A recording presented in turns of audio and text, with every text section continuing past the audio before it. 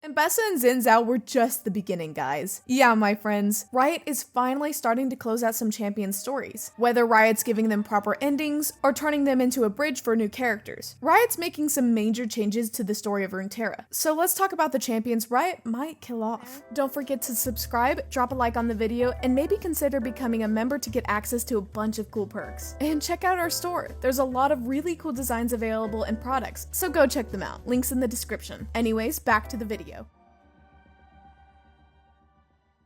Kassadin is a guy who lost everything. His wife, his daughter, and now he's stuck with nothing but memories. Trapped in a grief so deep it's been driving him insane for years. That same grief is what powers his mission, vengeance against the Void, and its most devoted follower. To help him with that goal, he took things to the extreme, arming himself with anything that could help him on his one-way mission. Just to give you a picture, he's currently in Icathia, the Void's biggest stronghold, alone, diving deeper and deeper into those devastated lands. In his short story, Whom Does the Desert Know?, Kassadin says that if he doesn't stop the Void spawn, or if they kill him, he'll consider it a win anyway, because then he'll reunite with his wife and daughter in the afterlife. However, he's totally wrong, since when someone is consumed by the Void, they don't get a nice afterlife. They literally cease to exist. So if he dies down there, he's not going to meet them again. On top of that, Kassadin explains that there's this weird stone he carries that lets him survive so long in Icathia. The stone is imbued with powerful magic that lets him resist the Void's influence over his body, at least somewhat. But here's the catch. Using that stone comes at a price, and he doesn't know whether the cost will hit his flesh or his spirit.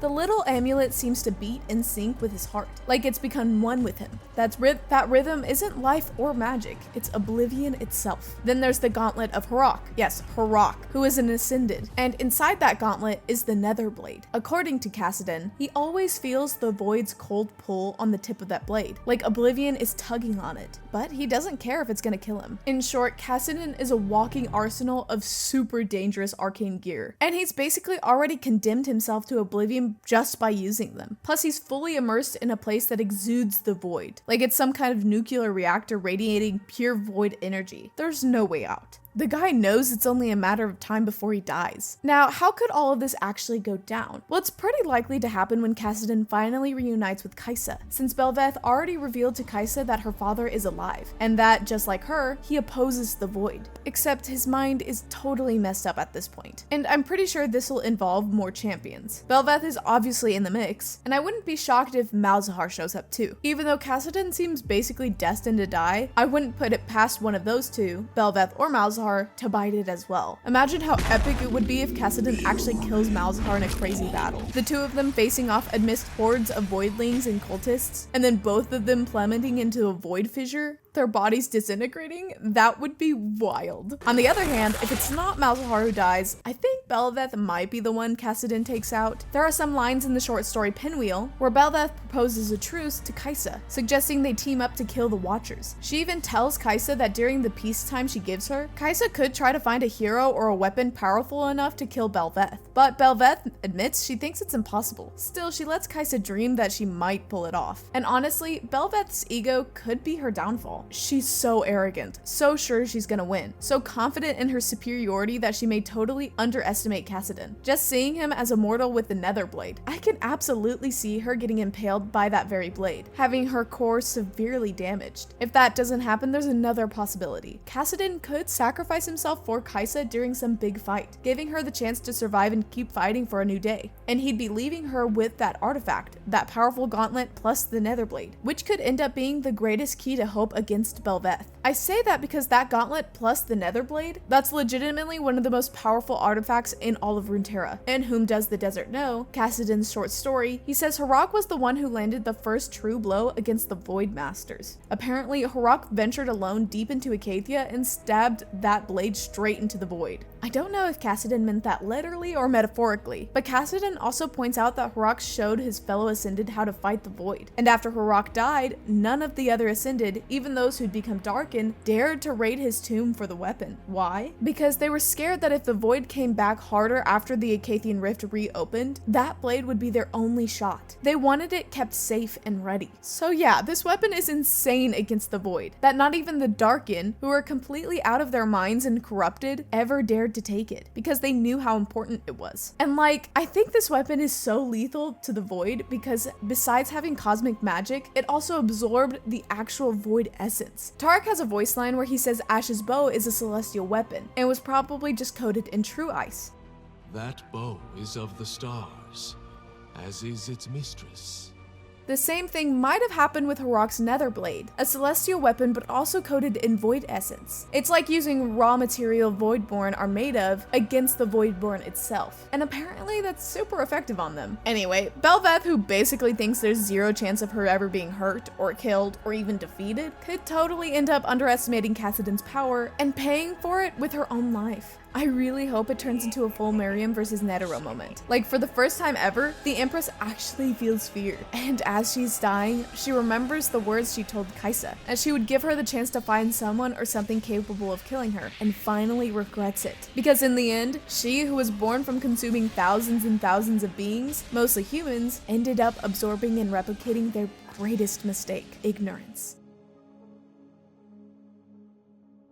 The tension between Renekton and Nasus is another long overdue reunion. Like, they've got some major unfinished business. Renekton is actually looking for Nasus to kill him because he's been driven mad after being trapped in utter darkness, fighting Xerath and getting poisoned by his lies. And Nasus himself is definitely going after Renekton too, because of what went down in the short story Bloodline. In that story, Nasus fights Xerath to protect Sivir, because Xerath wants to wipe out Azir's bloodline at all cost. Here's the thing, Nasus gets absolutely wrecked by Xerath. He even thinks Xerath has become more powerful than ever. He only survives because Talia helps him escape, carrying Sivir away, saving the people of that city from all the explosions Xerath was causing. Nasus is basically broken for hours. He even thinks he might be dead, and only leaves once he's fully healed. At the end of Bloodline, Nasus clearly says he needs Renekton's help to kill Xerath, since he's way too weak to do it without his brother. But here's the question: how? Because in the past, when Xerath ascended, turning into his ascended form after betraying Azir, which caused Azir's death in the fall of the Sun Disk, Nasus and Renekton fought him. They realized they couldn't kill him, so they decided to seal him in the tomb of the Emperors. Renekton sacrificing himself, dragging Xerath into the tomb, and told Nasus to seal the entrance with no way in or out. And that's how they trapped him. Now, given that Zahin, for example, knows the arcane way to seal and ascended, knowledge passed down from Maisha, I wouldn't rule out the fact that Nasus knows how to do it too, since Maisha had contact with him in the past. Also, as of now, the only way to truly kill Xerath, like permanently, might be using Chalikar, the blade of the warrior goddess Setika, who commanded all the Ascended. This weapon came from the Celestial Realm, and it's said to be able to do incredible things. It could reverse the Ascension process or even completely erase an Ascended. But here's the catch: I don't think Sivir even knows about this, and she's mostly been using that weapon like a boomerang, just to kill whoever gets in the way. Thousands of years ago, there was a sort of messianic figure called Sivinus Alehar, prophesied to unite Shurima. It's possible that this figure is actually Sivir, because legend says the savior would wield Chalikar to restore Shurima, and Nasus believes that Sivinus Alehar is Sivir. Now, about Renekton and Nasus dying, I think the showdown is coming, but I also think that Renekton will regain his sanity with Nasus' help. Then they'll come back together for one more fight against the guy who destroyed the Shuriman Empire, Xerath. In that fight, I believe Nasus will sacrifice himself, and we'll see Renekton gravely wounded, holding his older brother in his arms at the end. It'll mirror their ascension process from the past, when they were still mortal. Nasus was so sick that he could barely climb the steps to the ascension dais, and Renekton, knowing he risked being destroyed by the Sun Disk's energy, carried him up step by step. They ascended together. I really picture their bodies dissolving into cosmic energy, and hearing that same promise again, that even until the end, one brother is with the other. So yeah, Ashe is totally gonna become a widow, because Tryndamere is haunted by Aatrox's image and laughter. They echo in his mind, reminding him of the day Aatrox came to the east and slaughtered his tribe. And get this, Tryndamere's ability to cheat death, his crazy regeneration, that's not just rage, it's a curse from Aatrox. Aatrox used blood magic, hemomancy, on him. He saw potential in Tryndamere and wants him to be his next host. I taught you my next vessel, Tryndamere. Pity. You failed even to become a slave. We know Tryndamere's became Ash's bloodsworn, their political oath/marriage, and he's in all her fights, especially in the looming war up north. He's got his own personal vendetta too. And dude, I really think we're gonna see Tryndamere get his revenge on Aatrox. He might kill Aatrox's host body, but probably not the Darken weapon itself. Here's what I think. That curse/blessing from Aatrox inside Tryndamere is gonna be broken for good. Maybe Tryndamere will finally be allowed to die. No more cheating death. No more rage-fueled resurrection. Or, plot twist, Aatrox fully takes over Tryndamere, making him his new vessel. In the Visions of the Fallen skin line, it said that Tryndamere chased the Darken for revenge, but that all his rage and bloodlust was his undoing when the blade finally found him. That repressed anger and thirst for blood wrecked him in the end. As for Aatrox, I feel like he's eventually gonna meet an enemy who can give him peace, without him having to destroy the world. Actually, something like this already kind of happened in the Legends of Runeterra What If event, where Zolani absorbs Mahira using hemomancy, becoming a grotesque, profane version called the Aspect's Bane. And Aatrox has this whole crazy battle with her. Given that its hinted Rise used a world rune to obliterate that being, maybe his interference could let Aatrox finally rest. Now moving on, there might be something with Volibear, but it's a weird case since Neela has a voice line where she says that he's started to disappear. You have begun to fade, thousand-pierced bear, but I will give you one last battle. That's super weird because Volibear's cult has grown again. Unlike the other demigods, he was never forgotten. Even though Lysandra erased the others from history or corrupted them, that should mean that he's stronger than ever now, not disappearing. Anyway, when the time comes, I bet we'll see Volibear use his Ursine to fight the Watchers together. I wouldn't be surprised if he and Ornn fight side by side again, and maybe even reconcile. But in the end, I think Volibear will die to the Watchers and really cease to exist.